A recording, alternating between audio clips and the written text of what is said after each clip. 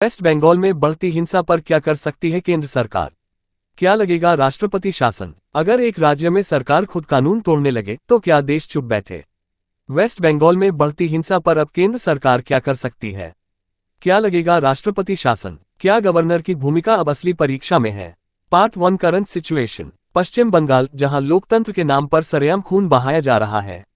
चुनाव हो या विरोध प्रदर्शन, कई बार हिंसा, आगजनी और राजनीतिक हत्या आम हो चुकी है। राज्य की मौजूदा मुख्यमंत्री पर विपक्ष लगातार आरोप लगाता है कि वे पक्षपाती प्रशासन चला रही हैं। हाल ही में पंचायत चुनावों से लेकर कॉलेज कैंपस तक जिस तरह की बर्बरता सामने आई है, उसने पूरे देश को चौंका दिया। अब सवाल उठता है, क्या केंद्र सरकार कुछ कर सकती है? क्या संविधान के पास इसका कोई इलाज है? पार्ट 2 गवर्नर की भूमिका। राज्यपाल यानी गवर्नर राज्य में केंद्र सरकार का प्रतिनिधि होता है। भारतीय संविधान के आर्टिकल 355 और 356 के तहत अगर किसी राज्य में संवैधानिक तंत्र फेल हो जाए तो गवर्नर राष्ट्रपति को रिपोर्ट भेज सकता है। गवर्नर ये कह सकता है कि राज्य में कानून और व्यवस्था की स्थिति इतनी बिगड़ चुकी है कि राज्य सरकार संविधान के अनुसार नहीं चल रही। ये रिपोर्ट भेजते ही राष्ट्रपति को अधिकार मिल जाता है कि वो आर्टिकल 356 लागू कर सके, यानी presidents rule. Part 3 president rule क्या है? आर्टिकल 356 के तहत राष्ट्रपति शासन का मतलब होता है राज्य की चुनी हुई सरकार को बर्खास्त कर दिया जाए और राज्य की बागडोर सीधे केंद्र के हाथों में आ जाए। ऐसे में मुख्यमंत्री हटा दी जाती है और राज्यपाल राज्य के प्रशासक की तरह काम करने लगते हैं केंद्र सरकार के निर्देशों के तहत।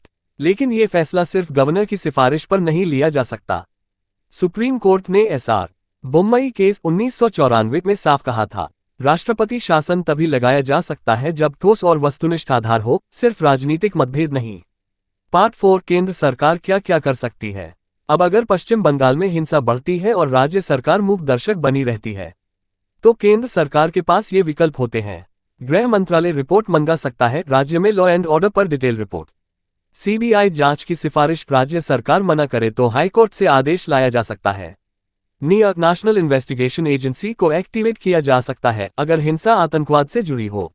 गवर्नर के जरिए एडवाइजरी भेजी जा सकती है, लेकिन मानना राज्य सरकार की मर्जी होती है। अगर हालात बिगड़ते हैं तो आर्टिकल 356 लागू किया जा सकता है, पर इसमें सुप्रीम कोर्ट की निगरानी जरूरी है।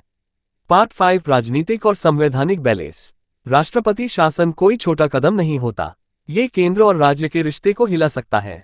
भारत एक संघीय गणराज्य है जहां राज्यों को स्वायत्तता मिली हुई है, लेकिन जब राज्य में आम जनता की जान खतरे में हो तब केंद्र सरकार को दखल देना ही पड़ता है। सवाल यह है कि केंद्र सिर्फ तमाशा देखे या संवैधानिक हथियारों का इस्तेमाल करे।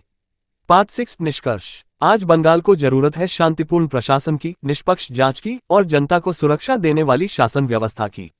अगर राज्य सरकार ये करने में विफल हो रही है तो गवर्नर और केंद्र की जिम्मेदारी है कि वो समय पर एक्शन ले। देश संविधान से चलता है और संविधान किसी की जागीर नहीं है।